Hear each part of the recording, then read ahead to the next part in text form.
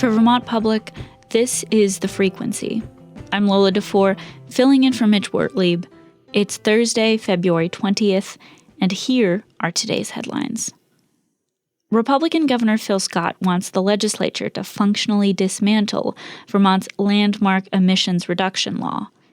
Scott is asking Democratic lawmakers to repeal a provision in the Global Warming Solutions Act that requires the state to hit a key emissions reduction target by 2030.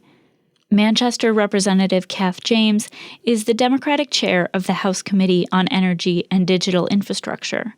She says she worries Scott's proposal could slow progress on climate action and make it harder for Vermonters to transition away from expensive fossil fuels. And the longer we delay on it, or the more we slow our pace, the more that we're sort of tethering Vermonters to a really price-volatile, unpredictable, unsustainable fossil fuel economy. Scott says he'll present lawmakers with an alternative plan to reduce greenhouse gas emissions after the next election. Support, tech, office, and maintenance workers at Brattleboro Memorial Hospital have voted to form a union. The result still needs to be certified by the National Labor Relations Board. After that, the union can collectively bargain on behalf of more than 200 employees. Among them is Deanne Thomas, who's been working as an environmental services aide at the hospital for more than 8 years.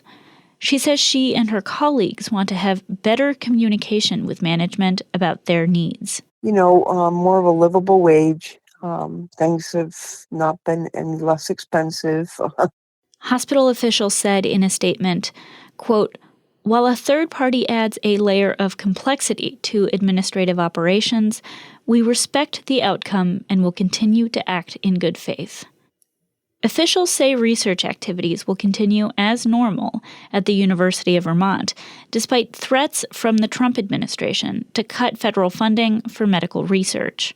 Executive orders issued earlier this month would reduce grant funding from the National Institutes of Health by limiting payment for things like lab upkeep, utility bills, and administrative staff, which add up to millions of dollars. That executive order has been paused by a federal judge. So has another order aimed at limiting research related to race and gender. Kirk Dombrowski, vice president for research at UVM, says every presidential administration has different research priorities. We are likely to see some changes in emphasis at various funding agencies. That's not an uncommon thing. And we'll adjust to those and pivot the way we have with every new administration since the 70s. Dombrowski says one research project at UVM has been terminated by another university that is the primary grant holder. Several others are on pause.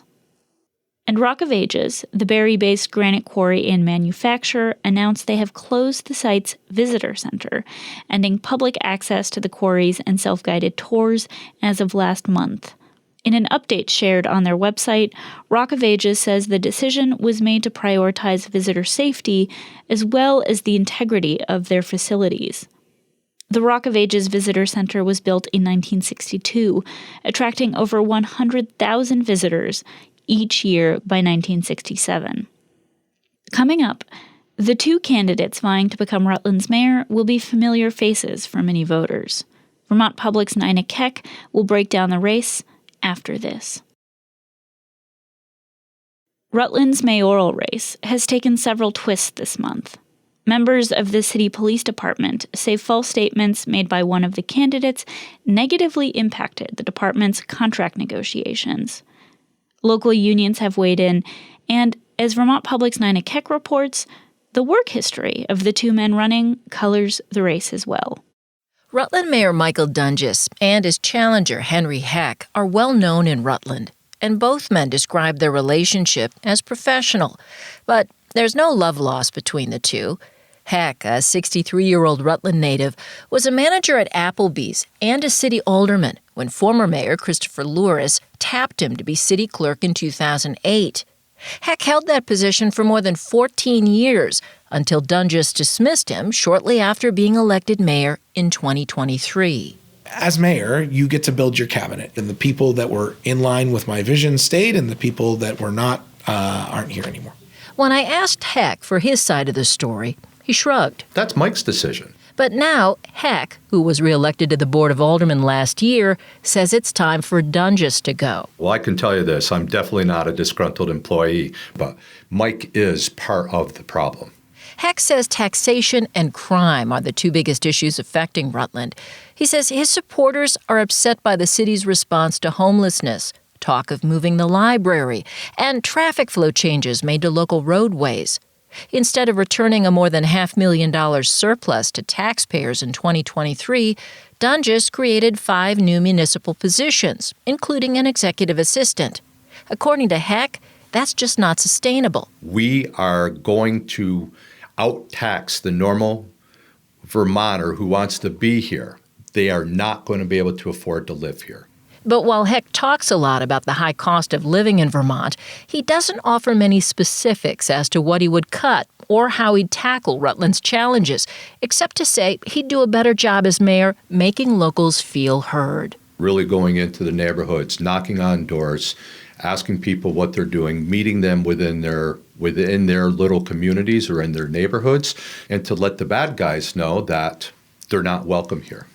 Michael Dunges, the 44-year-old incumbent with a background in tech sales, says after 2 years as mayor, he's just getting started on his mission to make Rutland more welcoming, affordable, and exciting. Yeah, we focused heavily on certain initiatives, and one of them is housing. Housing drives economic development in this community. Housing drives lower rent prices if we have more of it. Dunges says the city was able to bring in $8 million of state funding for a program called Roofs Over Rutland. This allows people to get low-interest loans to invest in market rate and above market rate housing. And the idea is we're bringing investment to the city without costing the taxpayer any money. He says 6.5 of that $8 million has already been applied for. Dunges says his office is also focused on public safety. What people don't necessarily know is that in the mayor's position, all we can do here with our police department and our public safety entities is really follow the law. So Dunges says he's lobbied state lawmakers for retail theft initiatives that add teeth to repeat offender laws and minimum sentencing guidelines for crimes involving certain drugs that he says have become rampant in Rutland. Policing Rutland became a flashpoint in the mayoral race earlier this month. Heck, whose blue pickup has a pro-police thin blue line flag flying from the back, made disparaging comments about a local police officer and alleged salary demands during a campaign interview. This audio of Heck comes from a Facebook Live ride-along event streamed by Rutland City Patrol, a community watch group. Yeah, these guys, in regards to their new contract, they want to be paid for 60 hours. And work 40 hours. Yeah, it's not going to be good, right? Those comments and others Heck made outraged members of the police department who were in the midst of contract negotiations with the city. At a Board of Aldermen meeting the next day, Police Chief Brian Kilcullen said Heck's comments had the potential to erode trust in his department. Alderman Heck's claim is untrue, irresponsible, inappropriate, and contrary to his oath as a member of the board to present things truly as they come to his knowledge. Heck has apologized for the comments, but disputed police union claims that what he said as a member of the Board of Aldermen had derailed contract negotiations. Meanwhile, Michael Dunges recused himself from the incident, but said any time the city was negotiating a contract, it was important for officials involved to maintain confidentiality. Last week, unions representing more than 130 Rutland municipal and school department workers announced they were endorsing him. For Vermont Public, I'm Nina Keck.